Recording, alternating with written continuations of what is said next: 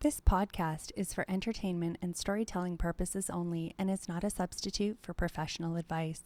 Some topics may be sensitive. Please listen with care and seek support if needed. Hey, I didn't expect to see you here. I hoped you'd be here, but I wasn't sure, and it's been a little while. Anyway, welcome back to the Because She's Adopted podcast. I'm your host, Kristal Parke. If you're new here, this is the podcast where we blame everything on being adopted. Just kidding.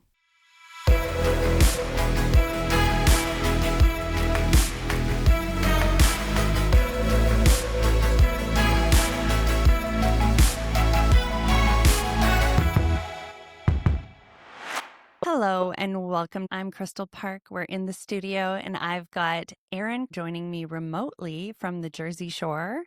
One of my favorite smut TV shows has taken place there. A little bit about Erin. In 2017, while delving into her family history, Erin unexpectedly discovered that she is an NPE, non-parent expected. Since then, Erin's devoted her time to assisting others in their quest to finding family connections, serving as a search angel. She's also established a supportive online community for NPEs on Facebook, where she facilitates Zoom meetings and a weekly book club tailored to adoptees, donor-conceived individuals, late discovery adoptees, and fellow NPEs. Erin is a co-founder of Hiraeth Hope and Healing, Inc., a 501c3, which hosts 3 retreats a year across the U.S. She also serves as the board president for the Toms River Education Foundation and volunteers for a local food pantry. Erin is deeply invested in education as a high school special educator with a focus in supporting students through trauma-informed approaches and dialectical behavioral therapy in schools. Erin is also a certified Reiki practitioner, a 500 registered yoga teacher through Breath for Change, and is currently pursuing her MSW at Rutgers School of Social Work. Residing in the beautiful Jersey Shore, Erin shares her life with her wonderful husband, 3 sons, and beloved pup, Cooper. In her spare time, Erin enjoys reading, yoga, meditation, and binge watching crime TV. Welcome, Erin. Thank you, Kristal. This is an honor, really. I'm honored to be with you. Well, I'm so excited to get to know you better. We have known each other for, I would say, well over a year.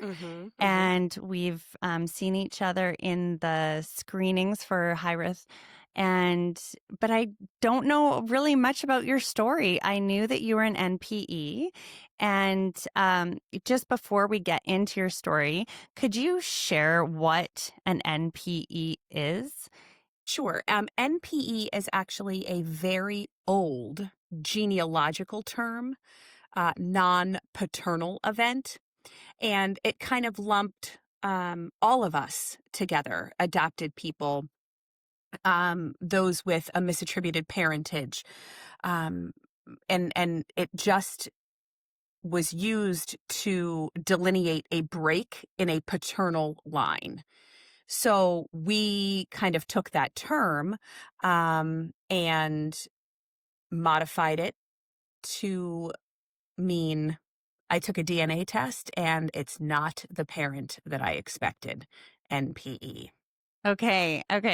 And so it wasn't even until I started doing the screenings for Hiraeth that I realized I myself was an NPE. I mean, you probably knew it before you even asked me to come and start doing the screenings, because in my film, of course, it shows that the man that I thought was my father for 20 years wasn't. And so it was a really interesting discovery for me to learn that and actually have a name to it. Sure. Yeah. And we're finding that it's happening more and more often with adopted folks because, we had a paper trail and this is who they said was your biological father. But now with DNA, we're learning you can So say much. what you want, but the DNA doesn't, jive with what you're saying. Yeah. People they just had no idea what was about to come. So Can you share with us the experience of discovering that you are an NPE? What was it like back in 2017 for you? Yes. I want to preface all of this to say that I took care of my birth certificate father when he was dying.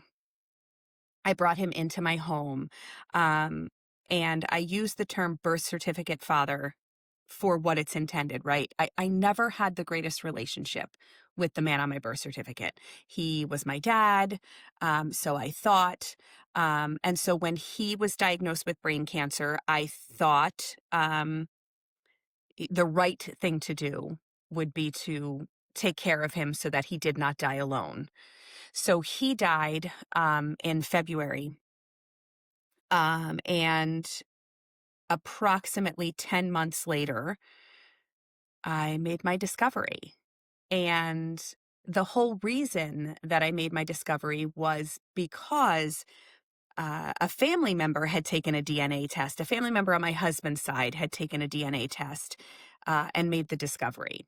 And so I thought my grandfather was a foster child. He was never formally adopted. And, if Danny can find out that his dad's not his dad, I can finally find out who my grandfather's family was. My aunt was the only one left. My grandmother wouldn't talk about it when she was alive. My grandfather was forbidden to speak about it by my grandmother. And so I took this DNA test and I knew when the results came back that there were going to be names that I didn't recognize. And so in those first few days, first couple of days, really, I was wildly excited to see all of these names and to be able to figure out, where we came from. But my grandfather was, we believed, was Hungarian. And my DNA didn't really show that. I spent my entire life telling people that I wasn't Italian, and all of a sudden there was this Italian in my DNA, and I was like, that's pretty interesting because Pa grew up speaking German. He was adopted by this Hungarian woman, or not adopted, but fostered. And so that right there was kind of a little odd. And day two, I recognized a name in one of the family trees. And so I called my mom and I said, Mom, this last name um, is in a family tree with somebody who's pretty closely related to me. Do you think that maybe Pa was related to his best friend in some way? And my mother said, No, I don't really think so, Erin. I think that's just kind of a coincidence. And I did a little more digging and I was like, wait, that's too close of a connection to kind of be connected through my grandfather. And so very quickly after that, I said, Is there any chance, Mom, that, Daddy's not my father? And she said, Yes, there's a chance. And I said, Okay, so let me kind of go about this in a different way. But I already knew. Just by seeing that name, I already knew who my biological father is.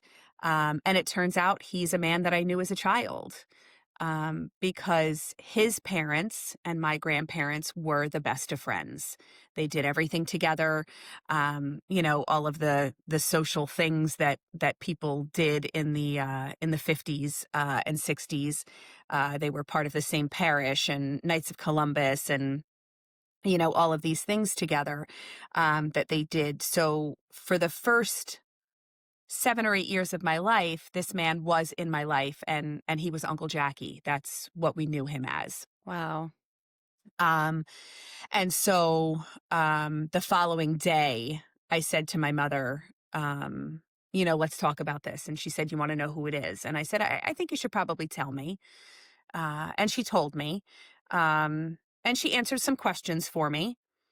But when she was done answering questions, she was done answering questions. I'd gotten all the information I was going to get, and I was not going to get any more information from her. So she said, "What are you going to do?" And I said, "Well, I can't go back and what if, but I also know if I don't reach out, um, that I will never, like, I'll never be able to forgive myself." Yeah. And so I messaged him on Facebook of all places, right? Because he had just commented 10 months prior on Facebook about the passing of my dad. And as I said, was at his funeral. So I just messaged him on Facebook, and he responded and said, "Well, I think I'm going to need some time to process this. Um, and let's be in touch." And later that evening, I got an email from him with my medical history. And he felt like that was the most important thing, was to give me medical history. And I say that very lightly, right? Like, it was a list of like maybe 4 or 5 things, and that was the medical history that I got. Nothing, um there was no detailed medical history given. Okay. So you're saying that Uncle Jackie, who was great friends with your parents, was in fact your dad. Okay. So tell me what that felt like for you. Like, walk me through the moment when you realized that. My very immediate concern was not for me. It was for my mother, how my mother was going to feel now that this secret was no longer a secret. And I think there was a little bit of concern for, for Jack as well. I knew that he had a family. Um, he told my mother that very briefly at the funeral. Um, and so I really, those first few weeks really were me, like, I'm okay. I'm worried about the two of you. Was really my immediate reaction. And my husband said to me, "You're not acting the way someone should act when they find this out." And I Well, remember like, sorry, go ahead. like, how should I, right? Like, what's the rule book for that? Um, you were going to say something, so No, I was just going to say, like, is it sort of your nature to be concerned about others before yourself? Yeah, I kind of very thought much. that. Yeah, but you're right. How do you act in a situation like that? How are you supposed to act? I I felt like everything that I thought was the way it was not at all, and it felt like the rug had been pulled right out from underneath me, and I had no roots or something. I had no feet left, or something like that. Hmm. Did you did you experience that, or was it over time that it sort of settled? Yeah, I kept saying, nothing has changed, yet everything has changed. And that really, in those, I would say probably in that first 2 years, was really like my mantra. Like, I am still me. I'm still a wife. I'm still a mother. I'm still a teacher. But there's this whole side that I don't know anything about. I was a child the last time I was in the presence of all of these people. I knew his parents. I knew my biological grandparents as a young child, and yet I wasn't really allowed to get to know them. And I reached out to his sister, to his one living brother, cousins, and one of them got back to me and said, "Wait, let me get this straight. You think my uncle is your father?" And I responded and I said, "I don't think. I know." Yeah. And I was blocked. Oh my gosh. So, there's this, people don't want to believe because it's easier to just pick up the rug and sweep it under and keep it there with no thought of how it affects me. Yeah. Yeah, exactly. And to your point, is that sort of what your mother did as well? After giving you the answers that she was prepared to give you, was never spoken of ever again? No, I said something to her once, a couple years later. It was like COVID time, and she was doing the binge clean like everybody else was. And I said, if you find anything from him to me, when you're going through the boxes, please don't throw it away. Just just give it to me. And she said, I thought you were over that. And I said, I'm as over it as I'm gonna be.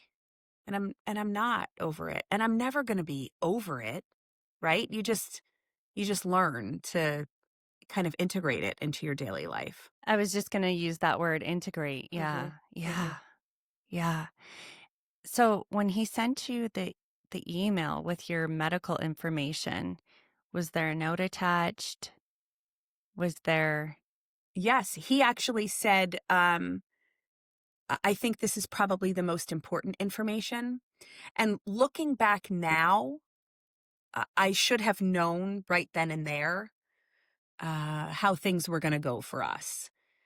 But I think what happens to certainly a lot of us NPEs, but I would venture to say donor conceived folks and adopted people as well, is we kind of romanticize what reunion will look like. And I had this picture of like, he has held on to this secret all these years and it probably tortured him. And now that I know, we're going to have a relationship and certainly not as father and daughter, right? Because I'm a 42-year-old woman, Yeah. but we'll get to know each other as adults. And that's not what happened at all. We communicated emails, text messages, maybe once a week, maybe once every other week for a couple of months. And I said to him many times, like, let's get together. Let's go out to lunch. I'd love to meet my siblings. I know that I have siblings. And he kept saying, maybe when the weather's nicer, maybe during spring. And finally in May, I thought, I'm an adult, right? And I don't need anyone's permission to contact other adults. And I think that was kind of around the same time where I realized like keeping a secret for Jack and my mom worked really well for them for 42 years. But that's not working for me. And so I made my tree public on Ancestry, and I decided that I wasn't going to be a secret. I wasn't going to hide what had happened, the discovery that I'd made. And so I wrote a letter to my siblings. And I was able to very easily get my sister's email address. It was on her Facebook page. Um, and I sent off this letter and I just said, this is who I am. I would love to get to know you. If you don't want to, I will respect that. Absolutely. Um, and within maybe 2 hours, I got a response from my sister. And she said, I owe you some kind of response, but I have to say that it's not going to be as beautiful and eloquent as yours because I'm still in a little bit of shock. But I know if I were in your shoes, I would want a response. So, yes, we would love to get to know you.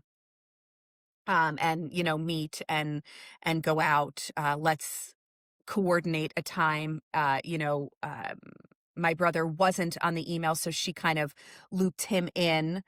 Um, and I think it was maybe a week after that email was sent that the the three of us were sitting down in a restaurant, getting to know each other. I apologize. My sister and my brother was running the New York Marathon and couldn't join us, but we met him later, maybe another week or two after that. But the response to that email from Jack was it's ingrained, right? It's literally ingrained in my brain. It said, I heard through the grapevine that you have contacted Christine and Edward. Your self centered approach has crossed a line with me. I have no use for you, and I don't know if or when that will ever change. And that's the last I heard from him. I am so sorry. Thank you. That Yeah. that that I I I can't even imagine. That's painful. And as you say, it's ingrained. Yeah, that's something you don't forget. Mm-mm. It's like it just takes puts a stake in your heart and it kind of stays there. As time has gone on, there's it's painful, right? I don't want to minimize that at all. But the pain has kind of been replaced with, um, believe it or not, empathy and compassion and some sympathy, right? Like, I feel badly for him. I feel badly for him that he has another daughter who gave him 3 beautiful grandchildren, and he's missing out on that, and that's really his loss. I didn't need a father. That's not what any of this was about for me. I wasn't looking for a father. There was a man on my birth certificate who I was very good to. And my mother met a man when I was 5 years old. And for all intents and purposes, that man is my father. I love that man with all of my heart. He raised me.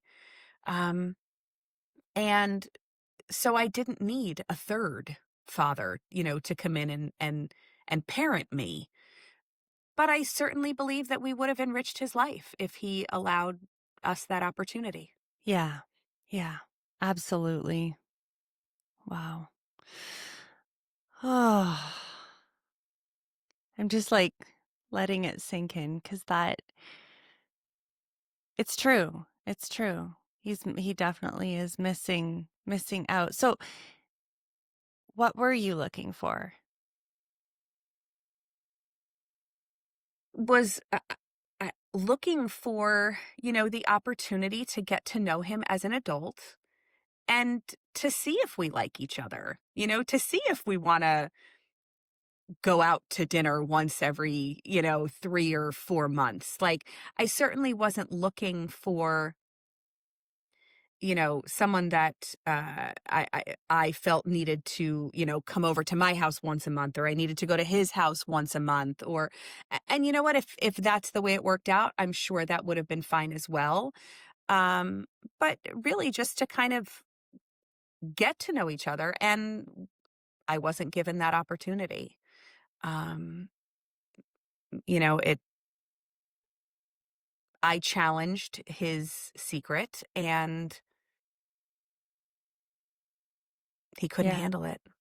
I just think it's so beautiful, to be able to come to that place of compassion for another person, especially when their behaviors have directly impacted us, when they've actually personally hurt us. It's easy to have compassion for somebody who, their actions weren't directly, you know, pointed at us, but for you to be able to come to that place of healing and compassion, that's very admirable. And I think that, you know, I always want to continue to move through my life in from a peaceful place, and the people that hurt me, they don't get to have my peace. Hmm. My husband often says to me, you don't let, you know, the bad actions of another person change who you are. Yes. And I think, you remained who you were. Like, this is who I am, whether you accept me or not, whether you're in my life or not, and I'm just going to keep living. And yeah, yeah. So I really respect you for that and admire you for that. Thank you. Yeah. How did it impact your sons? Again, um, my my boys had my husband's parents. They had my mom and pop. They had my dad, and for quite a few years, they had my grandparents. So again, they didn't need to have another person in their lives. Um, and so I would say they were virtually unaffected by it. Um, is there anything that I need to maybe worry about them in the future, because of genetics and heredity? Um, yes, there is. Elaborate on that a little bit for people that just aren't in this circle and don't understand what you're talking about. Sure. I mean, medical history, there's some medical history there which would affect them more so just because um, they're men and I'm not. Um, there's some mental illness that wasn't disclosed, on my father's side that I've just become aware of as an outsider looking in. And I'm not weaponizing that, right? Like I'm not at all. But it's just something that I wasn't aware of, all these years. Um, some addiction, potentially, not potentially, some addiction that may not be recognized by him, but it exists. Um, and so, um, yeah, um, things that we can test for, but I didn't know to test for them, Yeah. Yeah. and Yeah. now I do. Yeah. Yeah. These are just elements that the average person really just doesn't think of, and it's not just an impact on you. And if you're a mother, it impacts your children, it might impact your grandchildren. And that's just something I feel like is very overlooked for people in our situation, whether you're an NPE or an adoptee, which brings me into my next question is that how I'm listening to your story, and it sounds like you turned pain or this experience into something purposeful and something meaningful where you could then help other people. So tell me a little bit about how that all came about for you and what place did that come from? Necessity is the mother of invention, they say, right? And I was invited to go to just a meetup that was a few hours long. And it was primarily going to be NPEs, but there were some adopted people there as well, some donor conceived folks. Um, and we spent this day, I don't know, maybe 3 or 4 hours kind of doing round table things, and a couple of people spoke. I was one of the people that spoke. And then it ended and we were like, okay, now what? Like, anybody want to go out to dinner? Like, we didn't want to leave each other, right? So we headed out for dinner, and at the end of that, I went with Cindy. Ironically, I should probably say that, right? Yeah. Cindy, this particular meetup was in Philly, and Philly is about the halfway point between Cindy and I. And so, as I said, we did this meetup, we went out to dinner, and then Cindy and I went back to the hotel. And I said to Cindy, like, that was really awesome. Like, it just felt so amazing to be in a place and not have to explain, right? Like, people just got it. But it wasn't long enough. Like, we need more time. What do you think about doing a retreat? And she was like, I mean, I don't really know too much about that. Do you know too much about that? And I was like, I don't really know that much about it, but like, I know what I want and I know what I need. And if I want that and I need that, other people must as well. Yeah. And so 6 months later, we held our first retreat. Wow. And I say necessity is the mother of invention, right? Like, I knew that I needed something. That's great. And so where was it held? How many people were there? What was that first experience like? The very first retreat we had, I think maybe there were 12 or 14 people there. That's a lot of people. I mean, it was pretty decent, right? Yeah. It was in Brigantine, New Jersey, and we arrived Friday afternoon. We were in session all day Saturday and we left on Sunday. And at the end of it, I said, that was really awesome, but it wasn't long enough. Yeah. We need more time. So we extended it. We extended it by a day. And then after a couple more retreats, we extended it by another day. And the reason we extended it by another day is because somebody said to us, after maybe, I don't know, 3 or 4 days later, I was sitting in the airport on Sunday just sobbing because I felt like I didn't get enough time after all of the sessions to like sit with people and talk about what had happened. And so that's why we added the extra day, like to decompress in community, right? To process everything that you have just experienced throughout this weekend. And so here we are 5 years later, and we get together on a Thursday night, and we're together until Monday morning. And it's been life-changing. It's been life-changing for me, Yeah. right? And so I know that it's been life-changing for other people as well. Oh, well, just from the little bit of time that I've spent within your community, I Mm. have seen people express their deepest gratitude for Hiraeth Hope and Healing and what you ladies are doing and what you're providing. And it's just, yeah, thank you for doing that. Thank you for putting yourself out there and going ahead and doing that. You know, we so often have these grand ideas of what would be good or what we should do, but very few people actually go ahead and do it. And it's a risk, and it's a very vulnerable to put yourself in a position of leadership even within this community, because I think there's a lot of people that are hurting in this community too. And uh I wouldn't be surprised if you've had to deal with um, some of that. How do I say that? Some I of the w infighting.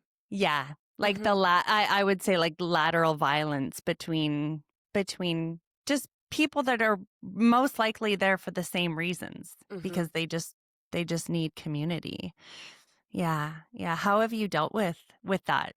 What's been the hardest piece of it? The hardest piece of which? Retreat or the lateral violence? The lateral violence. Yeah, let's go to that. I think if I'm being honest, um, I've blocked people. I have. And I don't like to be that person, but to preserve my own mental health, I have removed people. I've restricted access to me. Um, I've left communities. That's really how my community started. That's how the Togetherness Heals community started. I left a very large community because I felt as though it was more important to the leaders of that community to gain public notoriety than it was to provide true healing opportunities for the folks that have found them. And so one thing that I said was very important to me about the Togetherness Heals community and Hiraeth Hope and Healing is that we will never seek publicity. If someone approaches us, w I mean, we love to talk about Hiraeth, don't get me wrong. We Yeah. love to talk about it. Um, but the work that happens behind the scenes is really the important work. That's the work that's vital to me. That's what keeps me going, right? Finding these opportunities to heal and creating what I call the Mary Poppins bag of tricks, right? Everybody needs their own toolkit. I want our retreats to provide the never-ending Mary Poppins bag of toolkits. So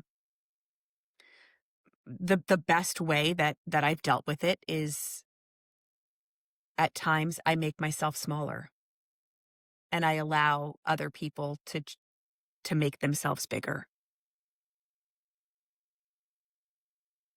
Uh, I really, really respect that because I think in a world where we're trying to gain followers and we're trying to gain um, to be noticed, I think you can really lose sight of what is actually the most important thing, which is reaching people and like you said, providing tools for them to be more functional within their life, and yeah, community is so powerful and yeah, I really respect that. And so, for those of you who are listening, if you need a community where you can feel safe and go and feel like you're a part of, and you want to gather those tools, go over to Hiraeth Hope and Healing, and they've got some great things there for you. Uh, Now, I just want to back up really quickly, Erin. Can you define for me? You've got this group of people. You've got adoptees, late discovery adoptees, donor conceived individuals, NPEs. Why, why all of these particular um, groups of people? How do they work all together? And do they work all together? Like by putting them all together? I'm asking you a number of questions here. So Yeah, I'm let's gonna just go try and back. remember them all. Yeah, No, yeah. how do they all go together? We all experience some type of genetic bewilderment, right? All of us have unknown or newly discovered or newly rediscovered origins, right? Some of us don't know who both of our parents are. Some of us don't know who one of our parents are. Um, and we all have, I'm going to stop for a second. I Yeah, don't yeah, typically deal in absolutes, yeah, right? We're not an all or nothing. So when I say all, I obviously am using that term loosely yeah, yeah. because not everyone has everything all the time. Um, and so another way I believe that this community works well together is the disenfranchised grief. Mm. We are all expected, again, all, right? We're expected to be grateful for the life that we were given.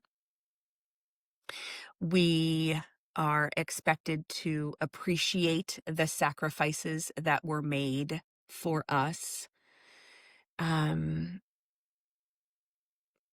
I think the majority of us carry um, the shame, the stigma, the grief. Another thing I say quite often, am I allowed to say shit on here? Oh, yeah, you Okay, can say it. great. I think that a lot of us find ourselves unpacking the shit that our parents couldn't unpack or wouldn't unpack. Um, I think the main difference between adopted folks and NPEs is that as NPEs, we don't experience the primal wound. It's not something that we will ever truly understand. We don't have the lived experience of it. But I do believe that as NPEs, we also have this pre-verbal trauma, you know, and so as a matter of fact, Cassandra Adams has this beautiful Venn diagram that we share all the time. Um, Happy to share that with you if you haven't seen it. But we really try very hard to focus on what we call our alliances and intersections among the communities, but obviously recognizing that each of the communities, has their own unique set of issues as well. Yeah, yeah, and I think, I am part of the human race and all of our stories, all of our voices are important. And so I'm really, really with what I'm doing here, I'm trying to be an example to my community that we all have a story. We all have um, we're all valid in our feelings, and one person's trauma isn't worse than another person's trauma, and we can't do this thing of comparing pain and saying that, I'm more important than you within this group. So I do understand why groups tend to say, "Oh, we're going to let the adoptees speak first." Well, I mean, you make a great point, right? Trauma is trauma is trauma. Yeah. Yeah. And I can't quantify your trauma, and you can't quantify my trauma. Um, I mean, I could share my trauma with you, and perhaps you may have experienced the same trauma, but you didn't experience it the way I did, Yeah. and I didn't experience it the way you did. And it doesn't sit in my body the way it sits in your body. And so, do I think that maybe in my community that um, adoptees have the voice to speak on adoption as opposed to me, who doesn't have that lived experience in any way, right? I'm not an adoptive parent. I'm not a biological parent of a child that was placed. I'm not adopted. So if you ask me to speak on adoption when there's an adopted person sitting next to me, I might deflect to the adopted person first, but then I might say, hey, I've been a student of adoption for the last 7 years, and this is what I've learned. Um, I've heard you say that within our meetings, and I've mhm. seen you just be so respectful of, people that have a different experience than you. I just think you have done such a good job at honoring all people within your group. I've felt that, I've experienced it, and I do appreciate it. I really, really do. Can you talk to me about what a donor conceived individual would be defined as? Because I think there's a few different ways that you can be a donor conceived individual. Sure. And again, I am not an expert on donor conception. Let's put that out there right now. Um, However, um, sperm donor, egg donor, embryo. There is donation through a sperm bank. There's um, donations that are um, not done through a sperm bank. And there are also now, I believe there's like a rise in donation, but the old fashioned way. Right.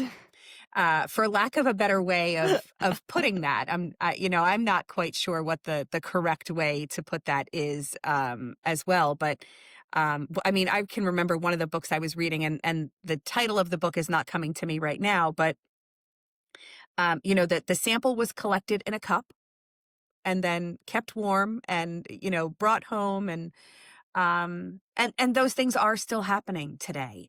The donor conceived community is really pushing for ethical donation, Yeah. which consists of limits on how many donors or how many recipients come from one donor. And they're also pushing for open records, so that, similar to adoption, so that donor conceived individuals can be raised with their genetic family. Yeah. Yeah, like, oh, I have so many things to say on this topic because it's just so fascinating to me. Hmm.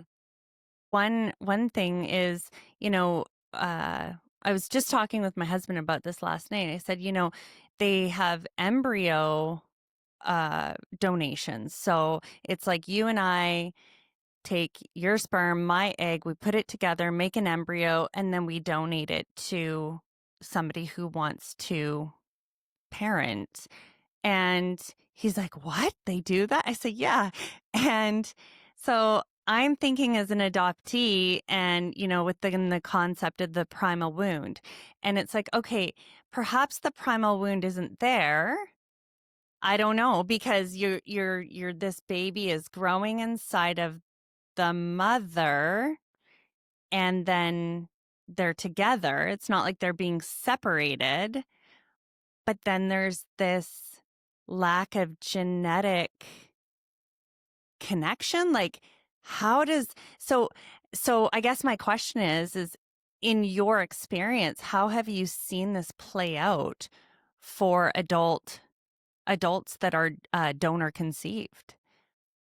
I will say that the majority of the adults that I am coming in contact with Hmm. that are donor conceived are struggling with the lies, struggling with the fact that they have 25, 35, 45, 55 siblings. Uh, Wow. Wow. and when you look at that, right, you could be 30 years older than your sibling. And I think, let me answer your question, right? Like Yeah. I have to say that I've not heard much about the primal wound in terms of an embryo donation. Um, but I have in surrogacy Yeah. where there's an embryo donation. I've thought Mhm. about that too. Mhm. I've thought about that too. Yeah. I Yeah. mean, because here you are listening to this woman for 9 months, 10 months who's carrying you, and then you're handed off to your biological mother.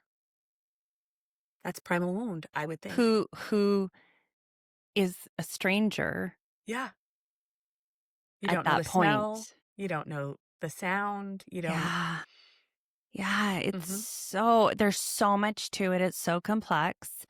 Um, I was just reading that countries like the UK, Australia, and parts of Canada have moved towards open donor identity policies, meaning children can access their donors' information at 18. But the US still largely relies on private fertility policies, many of which allow anonymous donation. And I have to roll my eyes immediately anyway, right? Yeah, Parts of the world are moving towards open records at 18. Like, yeah, what is this magic number of 18? yeah, Well, I get it, right? Like, legally you're an adult. But guess what? In Europe, legally you're an adult younger than 18. yeah. So I mean, why are we settling on this arbitrary age of 18? Because Mhm. Your brain isn't fully developed until you're 24, 25 years old. Right. So if we're going to come up with an arbitrary age of 18, why not 14? Why not 12? Why not Yeah. 10? Right? And of course, in the United States, we're not going to allow that, right? Because adoption and donor conception are multi Billion. gazillion Yeah. dollar industries. So, how dare we create policies that, will mess with all of that money that's made from that Right. industry? Right. And Right. I mean, I'm laughing. It's not funny, Yeah. right? I'm laughing obviously because it's absurd and ridiculous that this day and age that um people still get away with it. Yeah. Yeah, like how can we think well, from an adoptee, I really pose the argument that anonymous sperm and egg donation is a form of family separation. And and that's because, and not everybody wants to know where they came from. Right. But some people do, and I think they should be entitled to that, and especially if we're seeing struggles with these people, feelings of loss, feelings of grief, feelings of, identity confusion or a sense of disconnection that they can't put their finger on because nobody is acknowledging, what they've been through. So should parents prioritize their own desire for a child over the child's right to know where they come from? They do. Should they? I mean, the other thing I say is like, your rights are your rights until they infringe on my rights, right? So, I mean, when you look at it that way, no, they shouldn't have the right to do that because their rights infringe on my rights. Because I do have a right to know. That's my right. Um, maybe I don't have the right to demand it from you, but I do have a right to know. Um, because you had a right to do what you wanted to do in Right. whatever way you wanted to do it. So, do I think that if I look at it from my perspective, right, from my own situation, do I think that I have a right to have a window into my mother's sex life? No, I don't believe I have a right to have. Do you want to do you want a window? Right? Exactly. Exactly. So I don't necessarily think that, as genetic identity seekers, that we have a right to those things. Right. But I think I have a right to the truth. And I Uh-huh. don't think that I need you to spell out for me, well, A happened, then B happened, then C happened. But again, I have a right to know that I am not genetically predisposed to glioblastoma multiforme or primary brain cancer that the man on my birth certificate died from, right? And so there's another cancer that I could get instead. And I don't really want to know about the inner workings of your bedroom or his bedroom at that time. But it would have been really nice to know that I should probably be tested for a different kind of cancer. So, and in my case, I said to my mother, you went from the arms of one miserable man to the arms of another miserable man. So I don't know what you were thinking, Yeah. but I hope you had fun.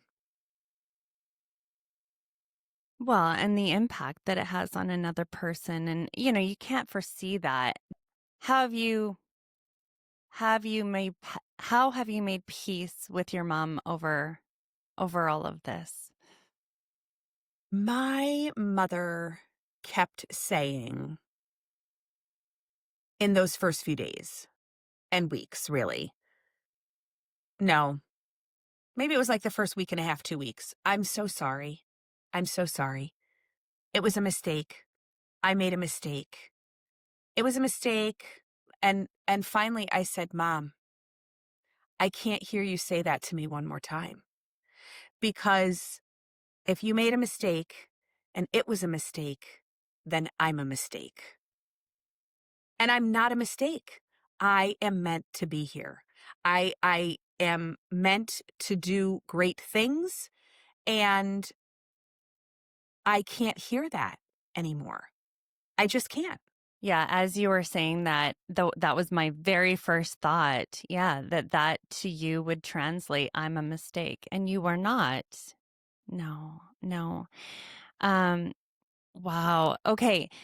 I really appreciate your perspective on this. I appreciate what you're doing. We've got a very short amount of time left here.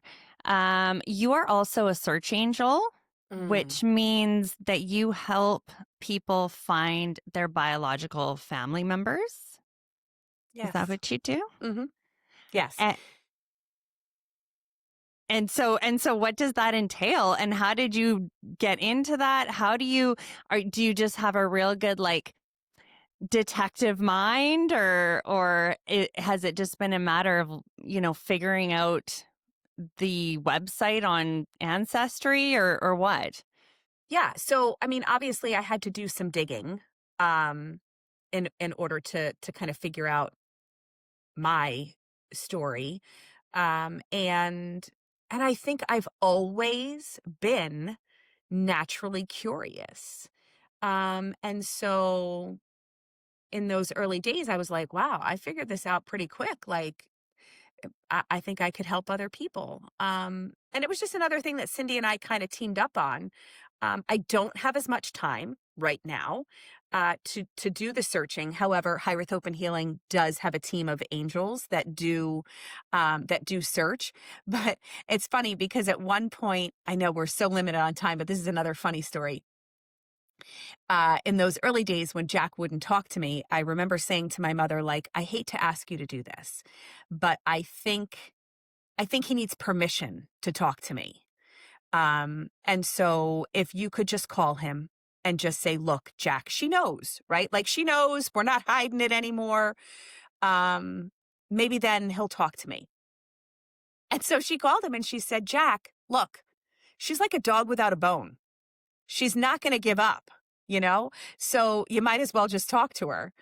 And looking back, like, seriously, Mom, like I'm a dog without a bone. That's the way you had to describe me. Like you could have said I was tenacious or strong willed Yeah, or, yeah. um, but it's the truth, right? Like I can't stop until I have the answers.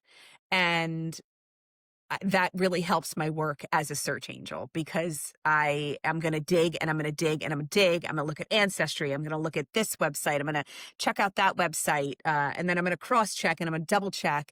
And when I'm sure that I have the answer, then I'll share it with you. That's amazing. I have a half sister and a half brother that I still haven't found and want to. And I mean, I'm not an investigator. That is not my gift. Uh, so perhaps Mm. Hiraeth may be able to help me, because that's sort of, I've been waiting, to go through what I went through finding my, biological father. That was It took a number of years for that to integrate and settle in my system, and it has. But I think that I'm ready to open up that search again and start looking, because you know I really do want to, I want to connect. So And that's yeah. on maternal side or paternal? Paternal. Paternal, yeah, yeah, Okay. yeah, yeah. So thank you so much for your time, Erin. Where can people find you? Do you want them to find you? I mean, we have this amazing website, www.Hiraeth Hope and Healing, and Hiraeth is Hiraeth. And you can email me at info at heartfelt.healing.com. You can find me on social media. I don't use my last name on social media. But if you type Hiraeth Hope and Healing in, you're gonna find me. Okay. I'm gonna come up on your social media. And we have a Facebook group dedicated to just retreats. And we have a Facebook group for adopted people only. And we have a Facebook group for NPEs, donor conceived folks, and we let the late discovery adoptees come in both groups because they are adopted and they're late discovery. So um, they can head to the NPE group and the adopted group as well. I love that. I love that you've created a space for people like me and just for a community to be together and feel seen and also be able to learn and gather tools to be able to move through life with perhaps a little bit more ease. So, thank you for everything that you're doing. Thank you for your story today. Is there anything else you want to share? I know. I want to say thank you for having me, and I hope that one day we'll see you at retreat. I hope so too. I have a plan to go to the Jersey Shore one of these days because I want to go to the t-shirt shop. Um, I don't know if you know what I'm talking about. I will tell you that I am 7 minutes Get out. from the t-shirt shop. Yes, I am at the very corner of the bridge that connects us with the Jersey Shore and the Jersey Shore house and the t-shirt shop. Um, and I mean, if you Google hard enough, you will see that one of the cast members from Jersey Shore just found her biological father last year.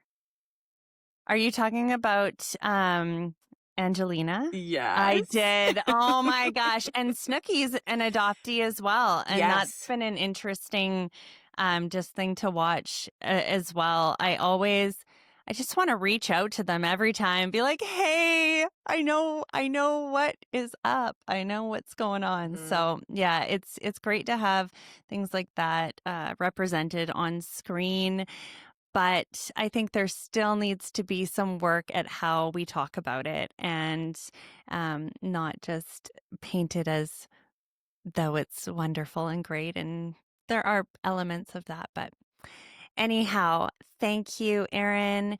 And thank you to all of you for listening. You can find us on YouTube, Apple Podcast, or Spotify. And we'll see you next time.